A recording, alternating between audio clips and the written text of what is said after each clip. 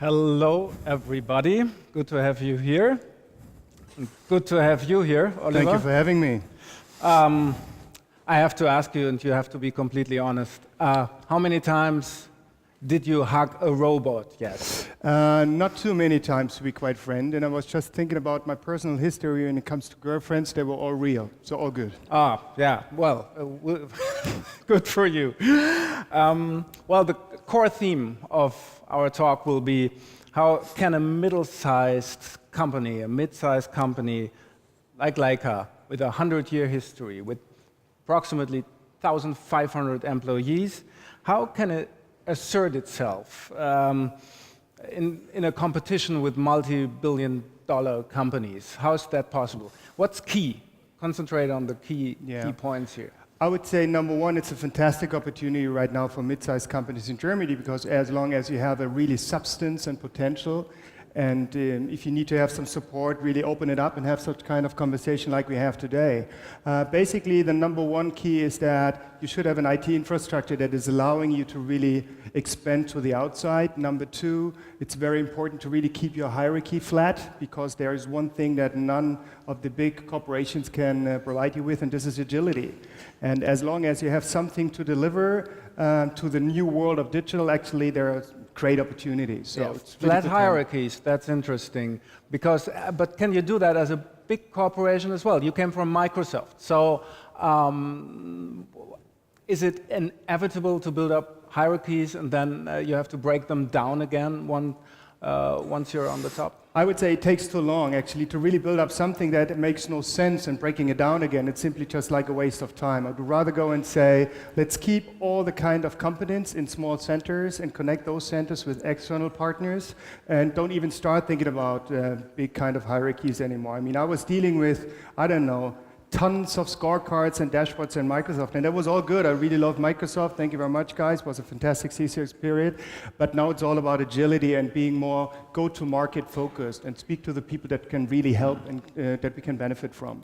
Did the mid-sized company, how did you look upon it when you worked at large corporations? Oh, that's a good question, actually, because it was a very conscious decision for me to step out of the big corporations, stepping into a... That was a conscious decision. It was very, yeah, it took me 2 years to be quite frank, actually, because it was kind of the typical corporate career path, and I figured out, no, this is something that I don't want to do between 45 and 55, actually, and the circumstances that I'm facing here at Leica Camera are just amazing, because we have a clear core competence that is very unique in the world. This is our optical engineering, but even further, we have an owner, a family-owned business that is a very visionary guy. He's coming up with great ideas, and we simply make it happen, and we have a fantastic number of great talent in our company, and we simply take advantage of that. And actually, you can move faster now than you could before? I would say by far, yeah, because I don't have to go all the kind of administration work anymore. Yeah. So if we believe that's the right thing to do, we simply do it. So in a nutshell, what can mid-sized companies, what can they tell big corporations when you talk to the guys? I don't even think that we have to give any kind of advice to big corporations. I think we need to really take our time to speak to startup companies, speak to other parties that are also sitting here in the room, and to start this type of conversation. This is by far more important. So my target group is not a big corporation. My target group is the group of people that can help me to transform the company from a pure hardware into hardware, software, and services company. That's my focus. And I read in an interview that you gave that one of the key elements for you is, as a mid-sized company, not to become a big company. Yeah. I had that 20 years, so all done. You recently announced a cooperation with a big player, Huawei, in China, one of number 3 in the smartphone market worldwide, I think. And what's the value of this sort of cooperation? It seems like the David versus Goliath story, but you work together now. Yeah, and you know what, I mean, we're getting a lot of requests in terms of can we have kind of a brand collaboration here, because the Leica brand, as you all know, is very strong in the world, and we felt like, yeah, but what is our benefit in that one here? And we turned that into technical-oriented collaboration. That means in the core is what we can deliver, what most, and that's the optical engineering excellence. And we are, I would say, really very unique with the quality of our optical excellence. And we're doing that for 102 years. And then we figured out, whoa, since we're doing that 102 years, let's put that tradition into modern relevance. And that's why we said, let's get together with someone who is doing a fantastic job in mobile devices. Does that mean that we're stepping out of camera business? No, not at all. But we believe that it's a mobile device and a camera and a high quality camera, so there's a very nice kind of come together. But just from the sort of cultural exchange, how do you achieve that you talk on an eye level, on the same eye level with the multi-billion-dollar company? Is that an issue at all? No, to be quite frank, that's not really an issue here. I mean, I'm personally very, very familiar with the Japanese and the Korean culture here. The Chinese is different in a certain way. The engineers got back to me and they said, well, Oliver, that's fantastic because we keep each other in the kind of learning mode and the learning curve. And they're they're really speeding up, to be quite frank. So I always say, like, the Europeans and the US folks, we should not underestimate the value of the culture and the premium level that the Chinese are going to reach right now. For instance, I was a typical WhatsApp user. Since I'm more familiar now with WeChat, I just figured out, whoops, this is really a high-class technology that potentially we are not so familiar with. So I always say, no, there is kind of a learning curve from both ends. But obviously, there's something that we always have to keep in mind. On a single employee by Leica, there are hundreds coming from Huawei. Oh, Huawei, yeah. Tell me, I mean, when we talk about US companies, Asian companies, what's really stunning is the pace in which they move forward. So that's one thing Leica for sure and other mid-sized companies can learn from them, but how do you do it? Simply to say, you need to really work on kind of program plans that are very realistic. Don't overpromise, underdeliver is one of my kind of key principles here. And I told my engineers, let's be very clear, let's be very precise what we can deliver, when can we deliver it, and how can we deliver it.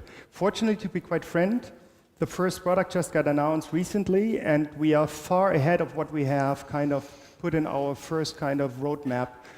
So we learn from each other, and I also learn from my people how not only how talented they are, but they're open to really go into new kind of grounds, experience themselves in a new type of environment, and yeah, we're pretty speed up actually. It's good. Yeah. But was it necessary for you to induce a sort of cultural change, a change of mindset within the company? Yeah, a lot of people were kind of sharing that question with me when I joined Leica now 1.5 years ago, actually. So why is Leica taking someone from Microsoft? And to be quite frank... Did you wonder about it? I was not surprised, actually. I was not surprised, but I let them know there was a time when I've been with Sony when I was introducing the Alpha DSLR brand, so I'm not so much disconnected from imaging. But basically, you're right. Talking about a transformation means you really need to kind of over-communicate internally. So we have introduced town hall meetings. I have one face-to-face meetings with my employees. I'm taking the new talents also into my office to say, look, it's just an office. So it's all about internal communication, and be very, very clear that you're always taking the questions. So if someone is coming up with a question in a town hall meeting, we're not finishing the town hall meeting before the final question is being answered. So this is one of the things where I felt like that was necessary.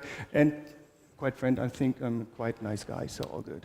Yeah, and I wondered, I mean, we don't have to be frightened about the pace of companies in the US and Asia, for example. Or is it that they're just in our back and we have to move faster and we kind of lose the big plan in the background? Well, to be quite frank, we just learned today, if you want to succeed in the future, not participating in software business, there is no future. Correct.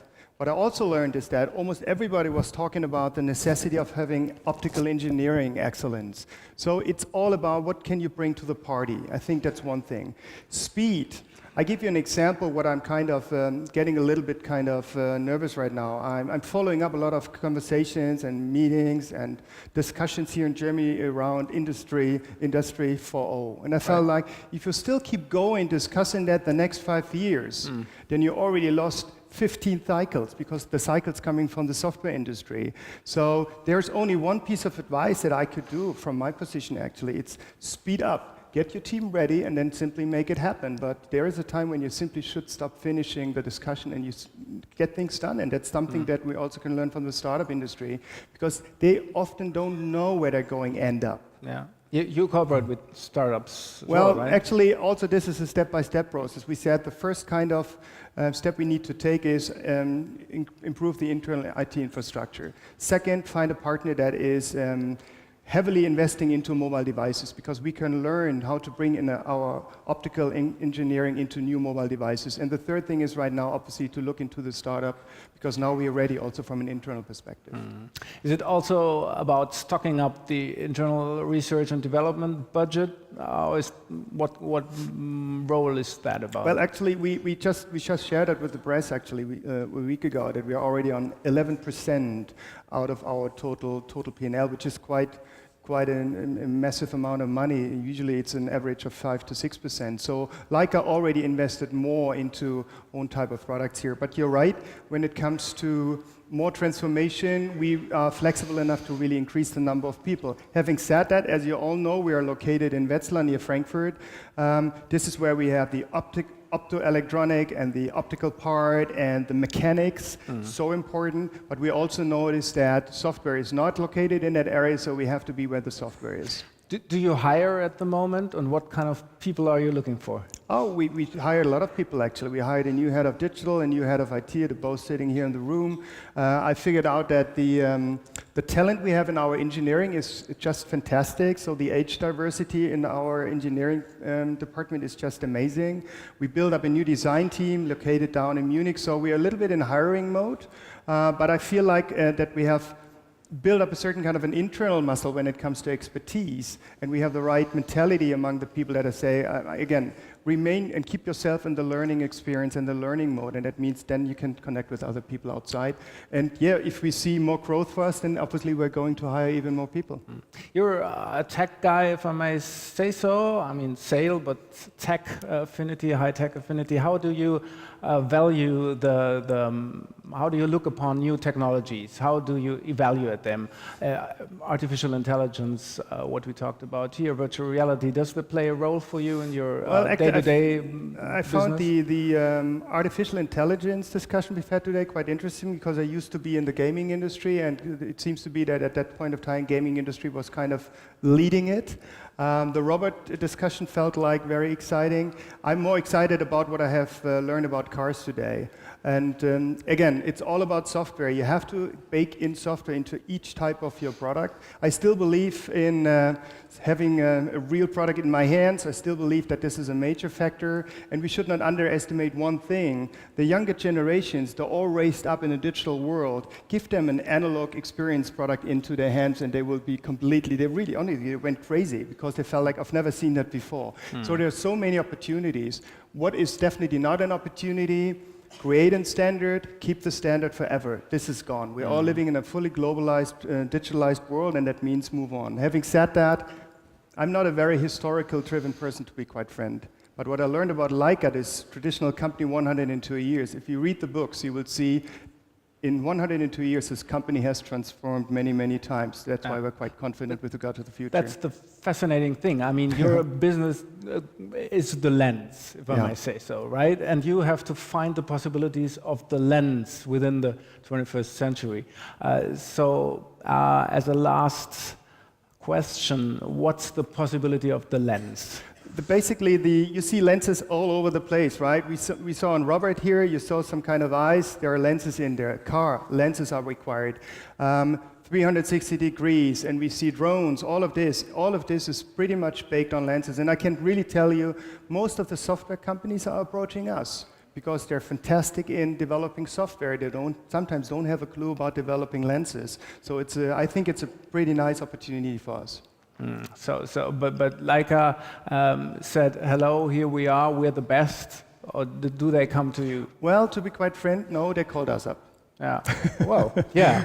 Not too bad. Good and I give a lot of credit to our our owner, Andreas Kaufmann, I really have to say that because he is in kind of discussion with software companies and other companies for over 10 years. So he's really sharing a vision with the people inside, and now we make parts of the vision already happen. And I would always say that's also one of the advantages you can have in a mid-sized company type of company, when you have an owner still being involved. An owner with a clear vision, an owner that has kind of an understanding of the tradition and transform the tradition into the future. I would say that's definitely a benefit that we can put on the table. So if I listened correctly and understood you correctly, we can expect in the next couple of years a self-driving car with a Leica lens built inside. I see lenses all over the place. Find the possibilities. Thanks, Oliver, for your time. Thank you. Thank you. Thank you for having me.